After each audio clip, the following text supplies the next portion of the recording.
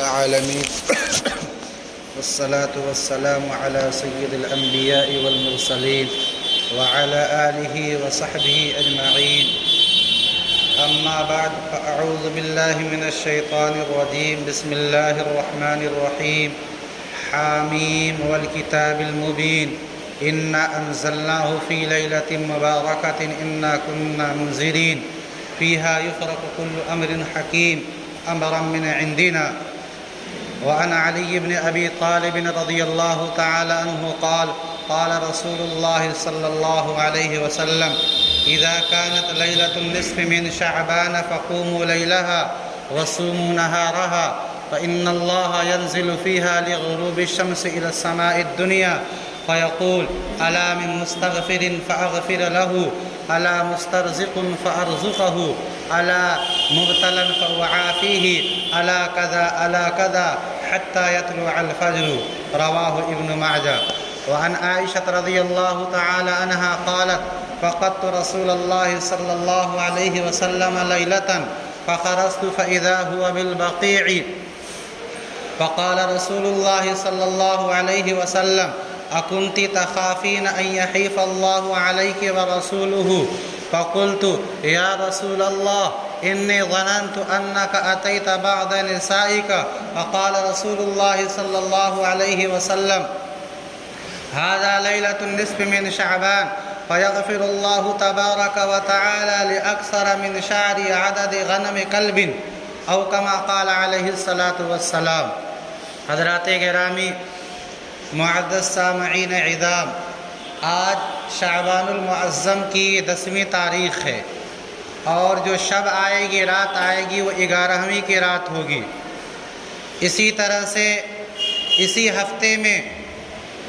منگل کا دن گزار کر کے جو بدھ کی رات آئے گی وہ 15ویں شب کی رات ہوگی. اور اسلام کے اندر رات جو ہوتی ہے وہ پہلے ہوتی ہے اور دن بعد میں ہوتا ہے. جیسے یہ گزری ہوئی جو رات ہے یہ جمعہ کی رات ہے اور جو اب جو رات آئے گی وہ سنیچر کی رات ہے. اس اعتبار سے 15ویں شعبان کی جو رات ہے وہ منگل کا دن گزار کر کے بدھ کی غروب شمس کے بعد کی جو وقت ہوگا طلوع فجر تک، صبح صادق کے طلوع ہونے تک، یہ گھڑی شریعت کے اندر بڑی مبارک گھڑی ہے، بڑی قیمتی گھڑی ہے. اسی سلسلے کے لیے میں نے قرآن کریم کی ایک آیت تلاوت فرمائی کہ جس آیت کا تعلق جمہور مفسرین کے یہاں شب قدر سے ہے، لیکن حضرت اکرمہ تابعی بڑے درجے کے مفسر ہیں، وہ کہتے ہیں کہ اس آیت کا تعلق شب برات 15ویں شعبان کی رات سے بھی ہے کہ جس آیت کے اندر اللہ رب العزت نے فرمایا کہ فیہا یفرق کل امر حکیم، کہ ہر حکمت والا کام اور ہر مصلحت والا کام جس کی حکمت اور مصلحت اللہ ہی کو معلوم ہوتی ہے، اس 15ویں شعبان کے اندر اس کا اللہ کی طرف سے فیصلہ کر دیا جاتا ہے. یعنی اللہ تعالیٰ نے انسانوں کو جب پیدا کیا اس وقت ہی انسانوں کی تقدیر اللہ نے لکھ دی پوری کائنات کی، لیکن ہر سال کہ اس سال کون مرے گا، کون پیدا ہوگا، کس کی رزق کتنی ملے گی، کہاں سے ملے گی، کیسے ملے گی، وہ دنیا کے اندر جتنے واقعات رونما ہونے والے ہیں، تو جو لوح محفوظ کے اندر اس کائنات کو پیدا کرنے سے پہلے اللہ تعالیٰ نے انسانوں کی تقدیر لکھی تھی. اللہ تعالیٰ متعلقہ فرشتوں کو، بارش برسانے والا جو فرشتہ ہوتا ہے اس کے ذمے بارش اس سال کتنی ہوگی، کہاں ہوگی، اللہ اس کے حوالے کر دیتے ہیں. کون مرے گا، کون زندہ ہوگا، کس ٹائم مرے گا، کیسے مرے گا، جو موت کا فرشتہ ہے اس کے ذمہ داری اس کو دی جاتی ہے. جو اور بھی دیگر امور کو انجام دینے والے فرشتے ہیں تکوینی طور پر اللہ تعالیٰ سارے امور ان کے حوالے کر دیتے ہیں. اگرچہ کہ قسمت اور تقدیر کو بہت پہلے لکھا جا چکا ہے، لیکن ہر سال اس کا رینیول ہوتا رہتا ہے، اس کی تجدید ہوتی رہتی ہے۔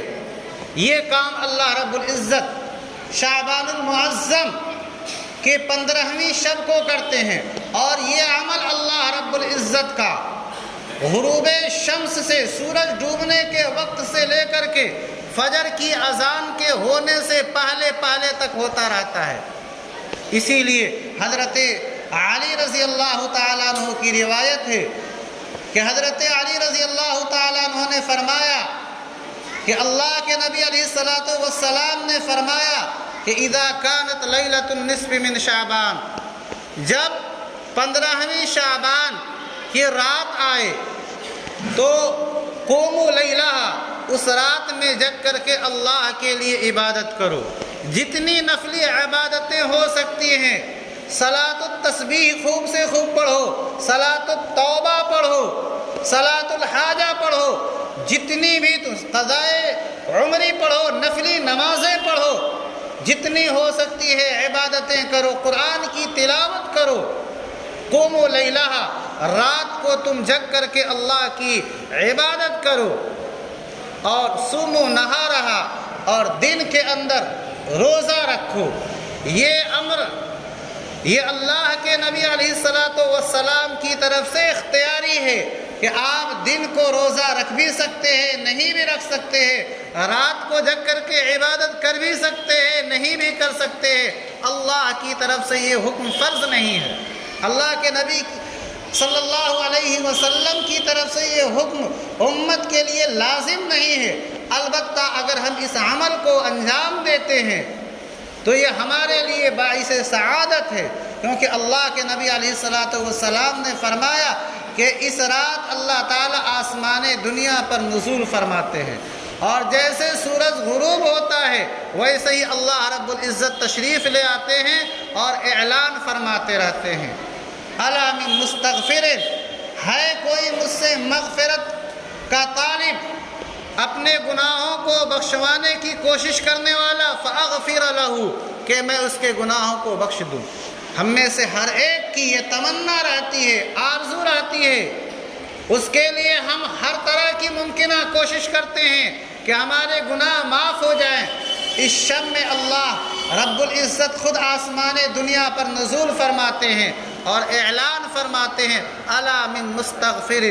ہے کوئی مجھ سے اپنے گناہوں کی معافی چاہنے والا کہ میں اس کے گناہ کو معاف کر دوں۔ الا من مسترزق، ہے مجھ سے کوئی روزی کا طالب کہ وہ روزی مانگے اور میں اس کے سال بھر کی روزی اسے عطا کر دوں۔ الا مبتلا، ہے کوئی مبتلا مصیبت، ہے کوئی گرفتار مصیبت، ہے کوئی دکھ اور مصیبت کا مارا جو مجھ سے اپنے دکھ اور پریشانی کو سنائے اور میں اس کے دکھ اور پریشانی کو، تکلیف کو دور کر دوں۔ الا قضا الا قضا، اللہ کے نبی نے فرمایا کہ اسی طرح کا اعلان کہ کوئی ہے اولاد کا طالب کہ میں اسے اولاد عطا کر دوں، کوئی ہے اس چیز کا طالب، یعنی جس کی جو بھی جائز تمنا ہو اس دن اس رات اللہ رب العزت سے مانگے، کیونکہ اللہ کے نبی نے فرمایا الا قضا الا قضا۔ ایک مبہم سا جملہ نبی نے فرمایا کہ جس کی جو بھی درخواست ہو، جس کی جو بھی جائز تمنا ہو وہ اللہ سے مانگے، اللہ رب العزت اس کی جائز تمنا کو پورا کرے گا۔ اور یہ اعلان اللہ کی طرف سے حتی یطلع الفجر، صبح طلوع ہونے تک، فجر کی اذان سے پہلے پہلے تک اللہ کی طرف سے یہ اعلان ہوتا ہے۔ اور اللہ کے نبی علیہ الصلوۃ والسلام خود اس ماہ مبارک یعنی شعبان المعظم کے اندر، جس کے بعد رمضان کا مہینہ آئے گا، کثرت سے روزہ رکھنے کا اہتمام فرماتے تھے۔ حضرت ام سلمہ رضی اللہ تعالی عنہ کی روایت ہے کہ ما رأیت النبی صلی اللہ علیہ وسلم یصوم شہرین متتابعین الا شعبان و رمضان، کہ میں نے رسول اللہ صلی اللہ علیہ وسلم کو رمضان کے علاوہ 11 مہینوں میں سے سب سے زیادہ شعبان کے مہینے میں روزہ رکھتے ہوئے دیکھا۔ حضرت اسامہ ابن زید رضی اللہ تعالیٰ عنہ جو حب رسول اللہ کہے جاتے ہیں، رسول اللہ کے لاڈلے اور چہیتے کہے جاتے ہیں، انہوں نے رسول اللہ صلی اللہ علیہ وسلم سے سوال کیا، یہی سوال کہ اے اللہ کے نبی، آپ رمضان کے بعد 11 مہینوں میں سب سے زیادہ شعبان کے مہینے میں روزہ رکھتے ہیں، اس کی حکمت اور مصلحت کیا ہے؟ اللہ کے نبی علیہ السلام نے فرمایا کہ دیکھو، شعبان سے پہلے مہینہ رجب کا مہینہ ہے اور شعبان کے بعد رمضان کا مہینہ ہے، تو اللہ رب العزت اس مہینے کے اندر بندوں کے اعمال اللہ کے دربار میں پیش کیے جاتے ہیں۔ اللہ کے دربار میں جس کی زندگی اور موت ہے اس کا فیصلہ کیا جاتا ہے۔ تو میں یہ چاہتا ہوں کہ اللہ کے سامنے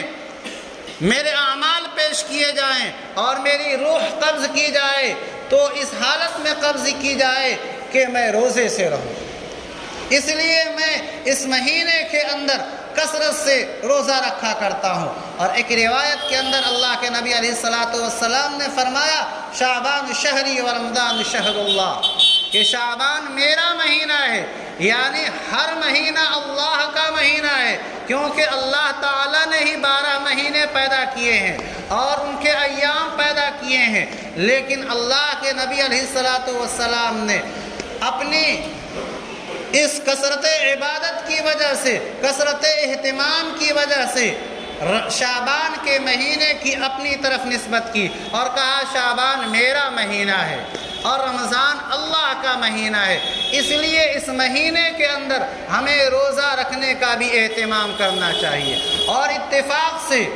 اللہ کے نبی علیہ السلام ایام 20 چاندنی رات جو ہوتی ہے اس کے دن میں روزہ رکھا کرتے تھے، 13، 14، 15، یہ جو ہے شب برات کے شعبان 15ویں شعبان کے بعد والا جو دن ہے وہ انہی دنوں میں سے، ایام 20 کے دنوں میں سے آتا ہے۔ اس لیے اگر ہم کو اس سے بھی مناسبت ہو جائے کہ اللہ کے نبی علیہ السلام عام دنوں میں ایام 20 کا روزہ رکھا کرتے تھے اور شعبان کے مہینے میں اس قدر اہتمام سے روزہ رکھا کرتے تھے، تو ہم بھی اسی روزے کو رکھیں تو اللہ کی ذات سے امید ہے کہ اللہ رب العزت ہمارے گناہوں کو معاف فرما دے۔ اللہ رب العزت مختلف بہانوں سے ہمارے گناہوں کو معاف کرنا چاہتے ہیں، کیونکہ اللہ رب العزت نے اس امت کی عمر کم عطا کی ہے۔ اس سے پچھلی امتوں کی عمریں جو ہوتی تھی 200، 400، 1000 برس ہوا کرتی تھی، لیکن اس امت محمدیہ کی عمر 60 سال، 80 سال، 100 سال اور تھوڑی کچھ زائد، جو بہت کم لوگوں کی عمر ہوتی ہے 100 سے زائد، اتنی ہی عمر ہے۔ اللہ رب العزت نے کہا کہ ہم نے تمہیں عمر کم دیا تو کیا ہوا، ہم نے تم کو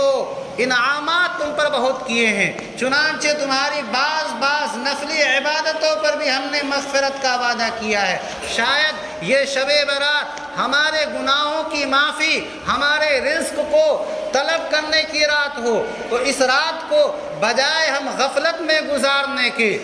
ادھر ادھر گزارنے کے، اپنے گھروں کے اندر قرآن کریم کی تلاوت اور نفلی عبادات کے اندر گزارے، یہ بہتر ہے۔ اسی سلسلے کے ایک روایت حضرت عائشہ رضی اللہ تعالیٰ عنہ کی ہے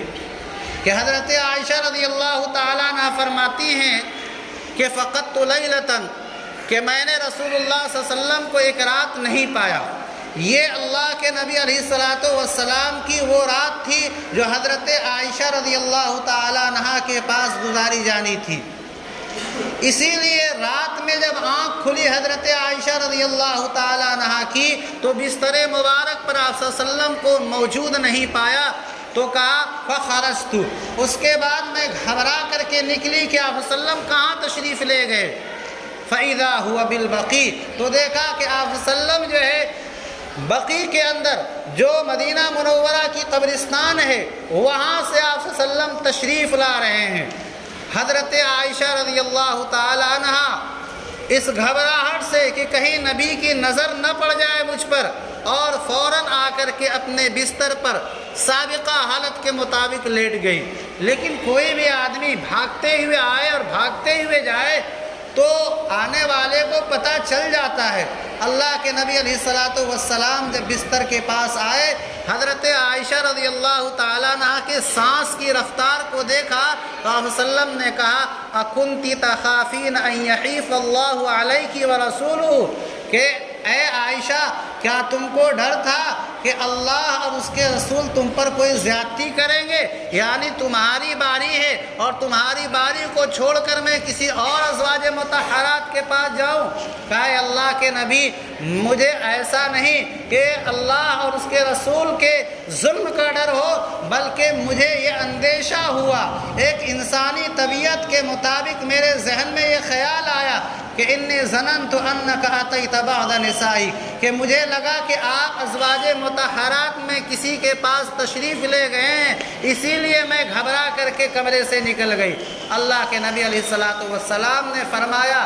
سنو، آج جو ہے 15ویں شعبان کی رات ہے، آج کی رات اللہ رب العزت آسمان دنیا پر نزول فرماتا ہے اور قبیلہ کلب کی بکریوں کے بالوں کی تعداد سے بھی زیادہ گناہگاروں کی مغفرت فرماتا ہے۔ عرب کا ایک بڑا قبیلہ جو بکریاں خوب پالا کرتا تھا قبیلہ کلب تھا، جو حضرت عائشہ رضی اللہ تعالیٰ عنہ کو معلوم تھا، تو اللہ کے نبی صلی اللہ علیہ وسلم نے ان سے یہی کہا کہ دیکھو آج کی رات اللہ رب العزت قبیلہ کلب کی جو بکریاں ہیں، اور ایک بکری کے بدن کے اوپر کتنا بال ہوتا ہے کوئی انسان اس کو گن نہیں سکتا، اللہ کے نبی نے فرمایا قبیلہ کلب کی جتنی بکریاں ہیں اور ان کے بدن پر جتنے بھی بال ہیں، سیاہ و سفید جس قسم کے بھی بال ہیں، اللہ رب العزت اس سے بھی زیادہ گنہگاروں کی مغفرت فرماتا ہے۔ بعض روایات میں آیا ہے کہ چند لوگوں کی اللہ تعالیٰ مغفرت نہیں فرماتے اس رات بھی، کہ جیسے ایک آدمی اللہ کے ساتھ شرک کرتا ہو، اللہ کی ذات اور صفات میں کسی کو جو ہے شریک گردانتا ہو، اللہ اس کی مغفرت نہیں فرماتا کیونکہ اس کا ایمان ہی نہیں ہے۔ ایسے ہی ایک بندہ مومن تو ہے لیکن گناہ کبیرہ کا ارتکاب کر رہا، عاق لوالدیہ، اپنے ماں باپ کا نافرمان ہے، فرمایا اللہ تعالیٰ اس کی بھی مغفرت نہیں فرماتا۔ او مدمن خمر، یا شراب پیتا ہے، کبھی غفلت کے نتیجے میں شراب پی لیا، ندامت ہوئی، افسوس ہوا، توبہ کیا، وہ الگ بات ہے، لیکن روزانہ کی عادت ڈال لیا اس نے، روزانہ بغیر پیے اس کو نیند نہیں آتی ہے، فرمایا اللہ تعالیٰ ایسے کی بھی مغفرت نہیں فرماتا۔ اور ایک چیز اور بتاؤں، او مشاحن لاخیہ کا بھی لفظ آیا ہے کہ اپنے بھائی سے دل میں نفرت رکھتا ہوں، کہ رہتے ساتھ میں ہیں، ملتے ہیں جلتے ہیں، لیکن دل کی کیفیت چونکہ ظاہر نہیں ہو پاتی، دل سے وہ اس سے نفرت رکھتا ہے، فرمایا کہ اللہ رب العزت ایسے شخص کی بھی مغفرت نہیں فرماتا، یہاں تک کہ وہ اپنی دل کی نفرت کو نکال دے اور اس سے محبت کا اظہار کرنے لگے۔ اور ایک روایت میں ہے مسبل ازار، کہ ٹخنوں سے نیچے پاجامہ پہننے والا، لنگی پہننے والا، کبھی ہم غفلت کے نتیجے میں ایسا کرتے ہیں اور کبھی ہم شوقیہ ایسا کرتے ہیں، دونوں طریقے سے یہ عمل ناجائز اور حرام ہے۔ حضرت ابوبکر صدیق رضی اللہ تعالی عنہ کے بارے میں آتا ہے کہ وہ ذرا پیٹ ان کا بڑا تھا، اور بڑے پیٹ والے اگر اپنی لنگی باندھتے ہیں تو سرک جاتی ہے، وہ بار بار اپنی لنگی کو باندھتے تھے، پھر بھی جو ہے ٹخنے سے نیچے کبھی کبھی جو ہے لنگی ہو جایا کرتی تھی۔ جب یہ حدیث سنے تو اللہ کے نبی سے کہا کہ تیرے لیے چونکہ اجازت ہے، کیونکہ تیرا یہ عمل جو ہے قصد اور اختیار سے نہیں ہوتا ہے۔ تو جو لوگ معذور ہیں، بوڑھے ہو جاتے ہیں، کمر ڈھیلی ہو جاتی ہے، خود سمجھ میں آتا ہے کہ یہ جان سے نہیں کر رہے ہیں، لیکن ہم غفلت کے نتیجے میں ایسا کریں یا یہ ہے کہ شوقیہ ایسا کرے، اللہ کے نبی نے فرمایا اس مبارک رات کے اندر ایسے شخص کی بھی مغفرت نہیں ہوتی ہے۔ تو اللہ کے نبی علیہ الصلوۃ والسلام کی احادیث مبارکہ سے جو کام شب برات کے موقع پر کرنے ہیں وہ یہ ہیں کہ رات کے اندر ہم عبادت کریں، اور عبادت کا اللہ کے نبی نے کوئی طریقہ متعین نہیں کیا ہے، آپ جتنی نفلی عبادت کر سکتے ہیں نفلی عبادت کریں۔ اجتماع بھی شرط نہیں ہے کہ آپ مسجد کے اندر اکٹھے ہو کر کے ایک جگہ اکٹھے ہو کر کے ہی عبادت کریں، کیونکہ ہم جو بھی کر رہے ہیں عبادت کر رہے ہیں، اور بسا اوقات ایسا ہوتا ہے کہ جب آدمی اکٹھا ہوتا ہے تو باتوں میں مشغول ہو جاتا ہے، اور باتوں میں کبھی کبھی غیبت کا بھی دور شروع ہو جاتا ہے۔ اس لیے بہتر ہے کہ تنہا جہاں بھی جگہ مل جائے وہاں عبادت شروع کر دے۔ ایسے ہی اللہ کے نبی علیہ السلام نے فرمایا کہ اس رات جو ہے قبرستان جانا چاہیے۔ اللہ کے نبی علیہ السلام بھی قبرستان گئے تھے، لیکن اس کو لازم نہیں سمجھنا چاہیے۔ جو چیز شریعت کے اندر جس درجے میں ثابت ہے اس کو اسی درجے میں رکھنا چاہیے۔ ہاں، اللہ کے نبی علیہ السلام پوری زندگی 15ویں شعبان میں صرف ایک مرتبہ جنت البقیع میں گئے تھے، لہذا کم از کم نبی کی سنت کو سمجھتے ہوئے پوری زندگی میں ہم اس کی کوشش کریں کہ ایک مرتبہ تو جائیں، لیکن اس کو فرض سمجھ لیں۔ جیسے نماز کو ہم فرض سمجھتے ہیں، یہ سراسر درست نہیں ہے، غلط ہے۔ ہماری طبیعت کرے جائیں، لیکن اگر کوئی نہیں جا رہا ہے اس کو لان تان کر رہے ہیں کہ ارے بھائی تو گیا نہیں قبرستان، سوتا رہا، اس کا مطلب یہ ہے کہ جس چیز کو اللہ نے فرض نہیں کیا تھا آپ اس کو فرض قرار دے رہے ہیں، یہ صحیح نہیں ہے۔ اور دن کے اندر ہم روزہ رکھیں، اس کے علاوہ جو ہمارے اعمال ہیں ہم خود غور کر لیں کہ اگر وہ اعمال درست ہوتے، شرعی طریقے پر ان کا ثبوت ہوتا تو اللہ کے نبی علیہ السلام ضرور کرتے، کیونکہ قرآن اور حدیث ہمارے لیے آئینہ ہے۔ جس طرح سے ہم آئینے کے اندر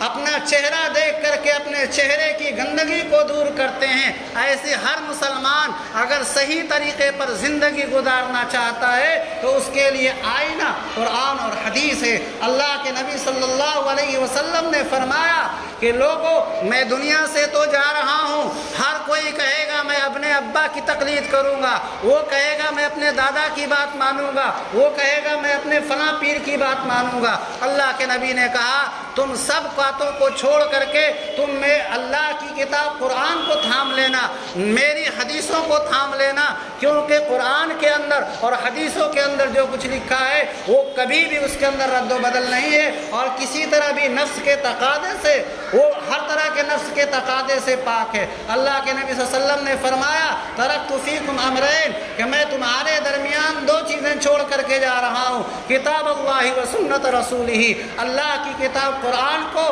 اور میری سنت یعنی حدیثوں کو اگر تم ان کے اوپر مضبوطی سے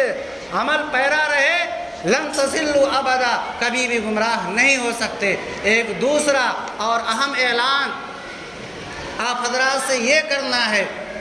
ابھی مفتی سعید احمد صاحب جو نوجوان عالم دین ہیں اور ملکی اور ملی مسائل پر بڑے متحرک رہتے ہیں، آپ حضرات کے یہ علم میں ہے کہ سیریا اور ترکی کے اندر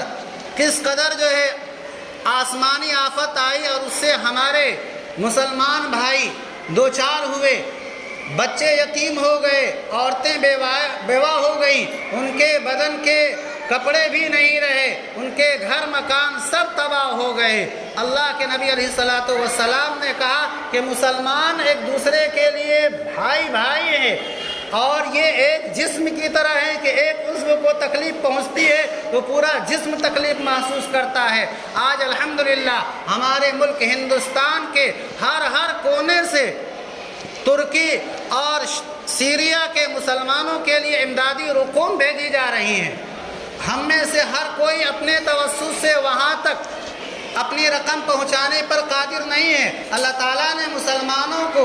ایک ملی تنظیم جمعیت علماء ہند عطا فرمائی ہے، جو ہر وقت جو ہے ملکی اور ملی مسائل پر مسلمانوں کے لیے بلکہ مسلمانوں سے ہٹ کر کے ملک کے ہر باشندے کے لیے فکر مند اور کوشاں رہتی ہے۔ اس کے ذریعے سے کپڑے اور غذائیں اور پیسے ان تک پہنچایا جا رہا ہے۔ ہم مدرسے کے اندر بھی اساتذہ نے ان کے لیے رسیدیں بنوائی ہیں۔ آپ حضرات میں سے جو بھی حق واجبی سمجھتے ہیں بلکہ میں یہ کہوں گا ہر کسی کو اپنا ایک دینی اور ایمانی فریضہ سمجھ کر کے اس میں جتنا بھی ہو سکے بڑھ چڑھ کر کے حصہ لینا چاہیے۔ اللہ کے نبی علیہ الصلوۃ والسلام نے بھی ایسے موقع پر اعلان فرمایا تھا، اسی موقع کی سنت سمجھ کر کے ہم بھی اعلان کر رہے ہیں۔ انشاءاللہ نماز سے فارغ ہونے کے بعد، سنتوں سے فارغ ہونے کے بعد، سنت میں بعد میں ادا کر لوں گا لیکن برآمدے میں بیٹھا رہوں گا، جو حضرات سیریا اور ترکی کے مسلمانوں کے لیے اپنی امدادی رقم دینا چاہتے ہیں وہ میرے یہاں نام لکھوا دیں، یا بعد میں بھی اگر دینا چاہتے ہیں تو میرے یہاں یا مفتی احمد سعید صاحب کے یہاں وہ اپنا نام لکھا دے، ان سے رسیدیں بھی حاصل کر لیں۔ اللہ رب العزت آپ حضرات کی عمر میں، مال میں برکت عطا فرمائے گا۔ آپ اس کو ہرگز ضائع نہیں سمجھیے گا، کیونکہ قرآن نے کہا ہے وَمَا تُقَدِّمُوا لِأَنفُسِكُم مِّن خَيْرٍ تَجِدُوهُ عِندَ اللَّهِ، کہ جو بھی تم اپنا نیک عمل پیش کرو گے اللہ کے ہاں وہ تمہیں ضرور ملے گا۔ لہذا آج اگر ہم سیریا کے اور ترکی کے مسلمانوں کی مدد کریں گے، کل اللہ نہ کرے ایسے حالات ہم پر بھی آ سکتے ہیں، تو اللہ ایسے لوگوں کو کھڑا کر دے گا کہ جب ہم بے گھر ہوں گے، بے کپڑے کے ہوں گے، بے یار و مددگار ہوں گے، تو اللہ تعالیٰ ہمارے سہارے کے لیے، ہمارے تعاون کے لیے اور مسلمانوں کو کھڑا کر دے گا۔ آپ حضرات سے مجھے میری پرخلوص اور دردمندانہ اپیل ہے کہ آپ حضرات کچھ نہ کچھ اپنی طرف سے، اپنے مرحومین کی طرف سے ضرور امداد کرتے جائیں۔ وآخر دعوانا الحمدللہ رب العالمین۔